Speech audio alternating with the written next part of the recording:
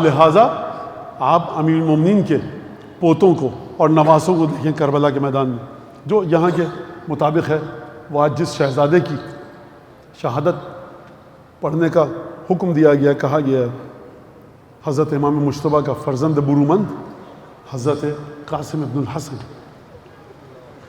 حسین ابن علی کے ساتھ جتنے بھی شہید ہیں مولا کے ساتھ، خصوصاً جو بنی ہاشم کے، حضرت ابو الفضل عباس، شہزادہ علی اکبر، جناب علی اصغر، جناب قاسم، ان کو ایک خاص مقام حاصل ہے کیونکہ یہ فاطمہ زہرا کے پوتے ہیں، خون فاطمی ان کی رگوں میں، اور یہ خود اپنی جگہ پر ایک الگ فضیلت ہے۔ بہرحال عزیزان گرامی، جب شب عاشور مولا حسین نے چراغ جلایا اور گفتگو کی، اور جو گفتگو آپ کے سامنے وہ شب عاشور انشاءاللہ پیش کروں گا، چراغ بجھایا، جب دوبارہ جلایا تو دیکھا سب کے سب جوں کے توں بیٹھے ہیں۔ اصحاب نے ایک کے بعد ایک خطبے دیے، کچھ رشتہ داروں نے بھی خطبے دیے مختصر سے،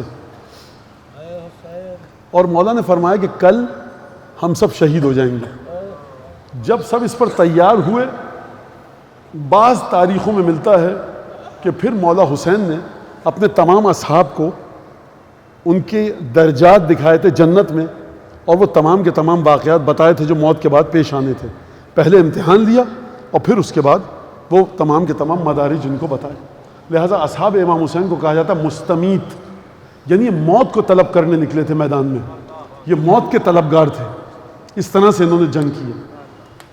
قاسم نے گفتگو کی کہ چچا جان میرا نام شہیدوں میں ہے، تاریخوں میں آپ سنتے ہیں پڑھتے ہیں، کہتے ہیں علماء کہ مولا نے فرمایا اس نقل کے مطابق کہ تمہارا نام ہے اور جو چھوٹا بھائی ہے ہمارے الفاظ میں شیرخوار، اس کا بھی نام ہے۔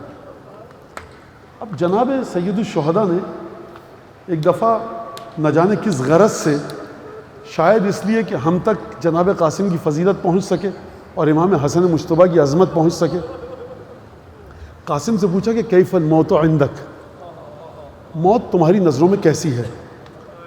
قاسم نے جواب دیا احلی من العسل، شہد سے زیادہ میٹھی۔ دیکھیے انسان اس وقت یہ کہہ سکتا ہے کہ جب اس نے موت کا بھی مزہ چکھا ہو اور شہد کا بھی مزہ چکھا ہو، تب مقایسہ اور موازنہ ہوتا ہے۔ قاسم ابھی تک مرے نہیں ہیں تو کیسے کہہ دیا کہ احلی من العسل، موت شہد سے زیادہ میٹھی ہے؟ اس کی وجہ یہ ہے کہ قاسم کی رگوں میں خون ہے امام حسن مجتبیٰ کا، سید الشہداء سے متصل ہے۔ جو شخص ولایت سے متصل ہو جائے جناب قاسم کی طرح، اس کے لیے بھی برزخ تمام کی تمام سامنے آ جاتی ہے۔ یہ جملہ اشارہ ہے اس بات پر۔ صبح عاشور آئی، ایک ایک کر کے امام حسین کے انصار و یار و یاور گئے، بنی ہاشم کی باری آئی، جناب علی اکبر کی قربانی سے ابتدا ہوئی۔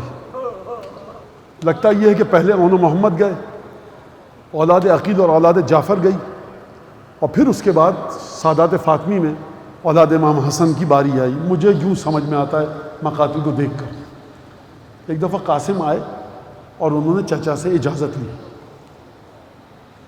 اس سے پہلے مقتل کے الفاظ کے مطابق، اس سے پہلے کہ امام حسین اجازت دیتے، ایک عجیب کام کیا امام حسین نے جو کسی کے ساتھ نہ کیا۔ فاعتنق وبکیا حتی غشی علیہما، جناب سید الشہداء نے قاسم کو بھیج کے گلے لگایا، اور دونوں چچا بھتیجے اتنا روئے کہ غش آ گیا، بے حال ہو گئے۔ دیکھیں قاسم کے رونے کی وجہ میرے سمجھ میں آ رہی ہے کہ حسین ابن علی امام وقت ہیں، حسین کے رونے کی وجہ میری سمجھ میں نہیں آئی، لیکن جب جا کر اطراف کے واقعات کو دیکھا تو سمجھ میں یہ آیا، اپنے ذہن کے حساب سے کہہ رہا ہوں، روایت نہیں پڑھ رہا، لگتا یہ ہے کہ جب گلے لگایا ہوگا نا قاسم کو، تو جو کریم شخص ہوتا ہے نا، کریم اور رحیم، جب وہ خصوصاً اپنے بھائی یا بہن کے یتیم بچوں کو دیکھے نا تو بڑا گریا کرتا ہے۔ ہم اور آپ اگر اپنے کسی نزدیک دوست کے بچے کو دیکھیں، خدا نہ کرے یتیم ہو چکا ہو، چھوٹا سا ہو، تو اس کو گلے لگائیں گے، پیار کریں گے، گریا آئے گا، اس کے باپ کی باتیں کریں گے تو لگتا یہ ہے کہ امام حسین کو حسن مشتبہ یاد آئے، اور ایک دفعہ امام حسین نے گلے لگا کر بھیج کے خوب گریہ کی، فغشی علیہما، افاقہ ہوا۔ راوی جو لکھتا ہے جملہ، راوی یہ لکھتا ہے یزید کی فوج کا، جو مقتل کے مطابق کہ فخرج من الخیام غلام لم یبلغ الحلم، اب خیمے سے ایک نوجوان بچہ نکلا جس کی مسیں ابھی تک بھیگی نہیں تھیں، اور اس نے اگلا جملہ یہ لکھا کأنہ شقۃ بدر، لگتا ہے 14ویں کا چاند تھا۔ اب مجھے آپ یہ بتائیے کہ جس قاسم کو دیکھ کر دشمن کا راوی کہے 14ویں کا چاند کا ٹکڑا نکلا، جناب فروا اور رباب اور جناب زینب نے کس طرح سے رخصت کیا ہوگا؟ اب شاید آپ کی سمجھ میں کسی حد تک آ چکا ہو کہ حسین نے گلے لگا کر کیوں گریہ کیا۔ بس ایک دفعہ قاسم نے شمشیر حمائل کی، تیار ہوئے، فرس کی طرف، گھوڑے کی طرف جانا چاہتے ہیں، مقتل کے الفاظ ہیں فانقطع شسع نعلہ، کہ قاسم کے جوتے کا تسمہ ٹوٹ گیا۔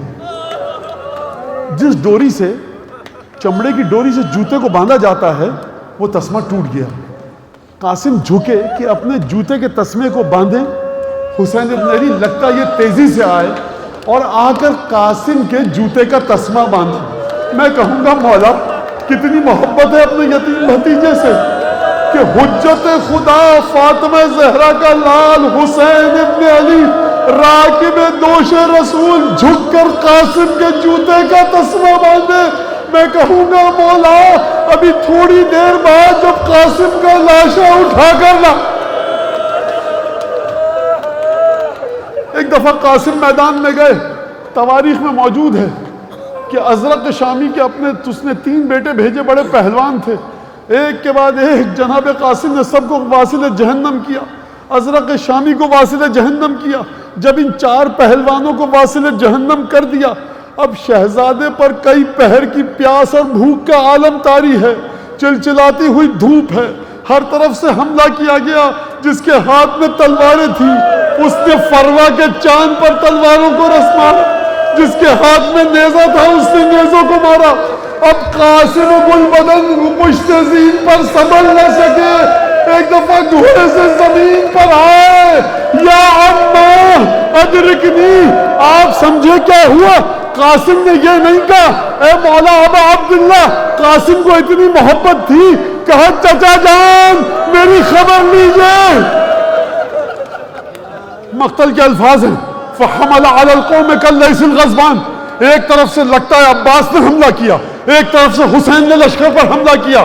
فحمل علی القوم کاللیث الغضبان، بپھرے ہوئے شیر کی طرح سے حسین نے لشکر پر حملہ کیا، لشکر کو پیچھے دھکیلا۔ اب جو قاسم کے سرہانے پہنچے تو دیکھا کہ بھتیجا دم توڑ چکا۔